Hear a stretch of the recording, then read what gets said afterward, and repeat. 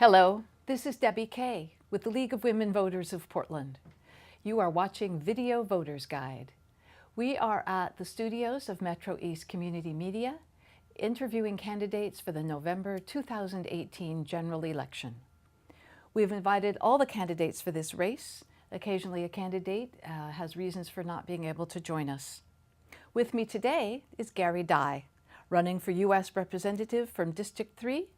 We're sorry that one of the candidates in this race, Earl Blumenauer, was unable to join us. Thank you so much for being here. Thank you, appreciate it. You're very welcome. First of all, tell us, why are you running for Congress? I'm running for Congress because I'm a libertarian, and libertarians have a pretty different idea of the way government should be and be run than the major party candidates. We basically believe in freedom and volunteerism.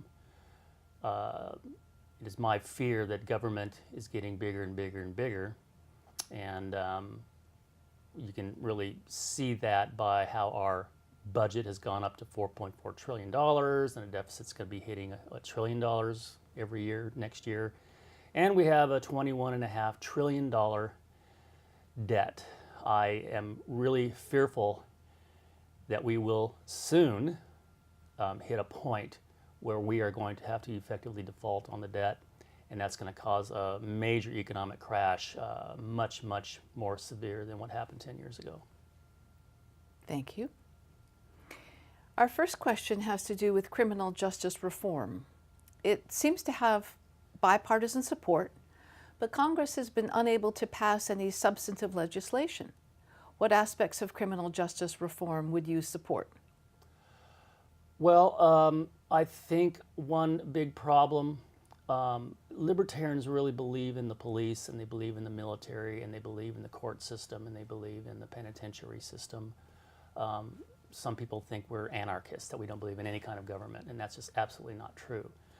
But the other areas of government are creating laws that are making criminals out of people that are making voluntary transactions. And basically, I'm talking about the drug war, things like gambling, even prostitution. Because these things are mostly outlawed, then they're done on the black market. And with that, you cannot have real legal contracts involving the transactions that happen. Therefore, everything is underground and on the black market. This creates criminality, and it creates a very large, much larger than we need, police force to patrol these so-called illegal activities. And that's why you have so many minorities in prison right now, and our country is in quite a, in my opinion, a police state. And a lot of these protests about Black Lives Matters and related things, I mean, it's because we have a police state that has gone too far. And with that, I believe a policeman, you know, they have their own morality. And a lot of them probably do not believe in some of these laws. Like 10 years ago when they used to arrest people and throw people in prison for growing marijuana in their house. But they had to do it anyway. And I think the type of attitude that develops in a police department to get the police to do these things that they really don't want to do because it's against their morality might cause the police to, you know, go overboard as far as preserving their own lives and any risk their own lives versus shooting to kill. So we're seeing a lot of people being killed on the street right now because of this. Thank you.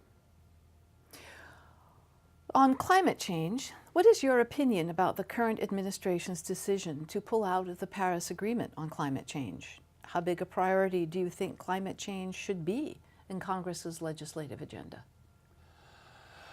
I think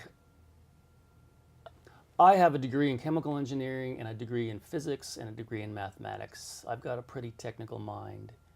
And so I'm able to kind of like process some of this data and information and scientific theory that I see out there in the news regarding climate change. And with this, I think I can detect a lot of politics in this subject.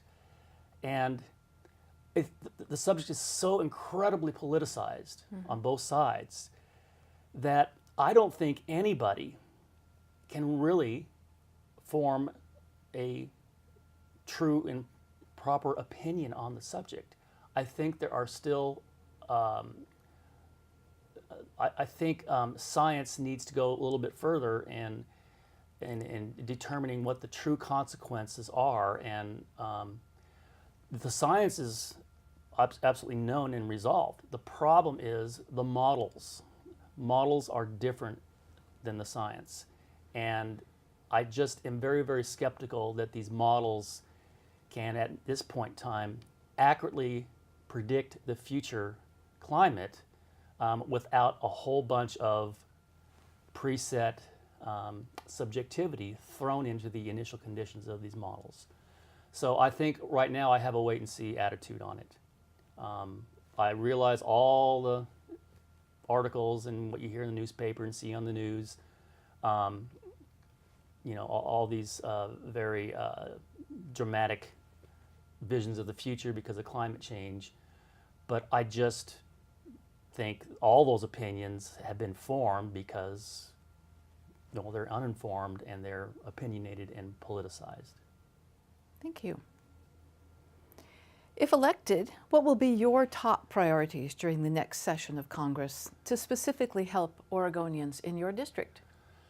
Well, the critical issue right now, in my opinion, is avoiding defaulting on the national debt. If you think what the consequences would be when investors that are buying the T-bills, that are providing, you know, the funding of our government through loans, when they start doubting, when it gets to such a level of the percentage of our GDP that they start wavering. Well, the mechanism is that the government is going to have to provide more and more interest to coax people to buy those bonds. And once you reach a certain point, like we saw with Greece, and you know, even Argentina a few years ago, it snowballs and it gets completely out of control, and then we're done. And the only thing that the government's going to be able to do to not default is they're going to print money. And that's going to cause a hyperinflation event, and that's going to be so big a disruption on the economy, and not just ours, the world's economy, because mostly the world's currencies are based on the dollar. The whole machinery gets a monkey wrench thrown into it, and that's going to be, every one of our other issues is going to be gone, because we will not have a government that can fund any of these things that people think they want the government to do. So as a libertarian, you only need a few libertarians in Congress to really try to help this situation. Both Democrats and Republicans are now confident that they can just keep deficit spending because they've always gotten away with it. Why should this time they not spend and it's going to cause a problem? No, it's never happened and it never will. That's their attitude. Libertarians have got to get in there as centrists between the conservatives and the libertarians, the swing vote. Just like Justice Kennedy right now, swing vote in the Supreme Court. We would be the swing vote in the Congress, such that when a Democrat proposes some kind of a freedom, we swing over there and get that law passed. When the Republicans propose laws that are more economic freedom, we swing over to them and get that law passed. When the Thank you. Democrats... I'm sorry, I have to interrupt you. We've run out of time. Okay. I appreciate your stopping. Thank you for your time today as well. This has been the Video Voters Guide. The general election is Tuesday, November 16th. The last day to register to vote is October 16th. We urge you to look at the League of Women Voters of Oregon website and also vote411.org. You will find additional information about candidates and also potential uploads of video from their campaigns. Be sure to inform yourself about the election. Those are terrific resources that I mentioned. Exercise your right to vote and encourage your family and friends to do the same. Thank you.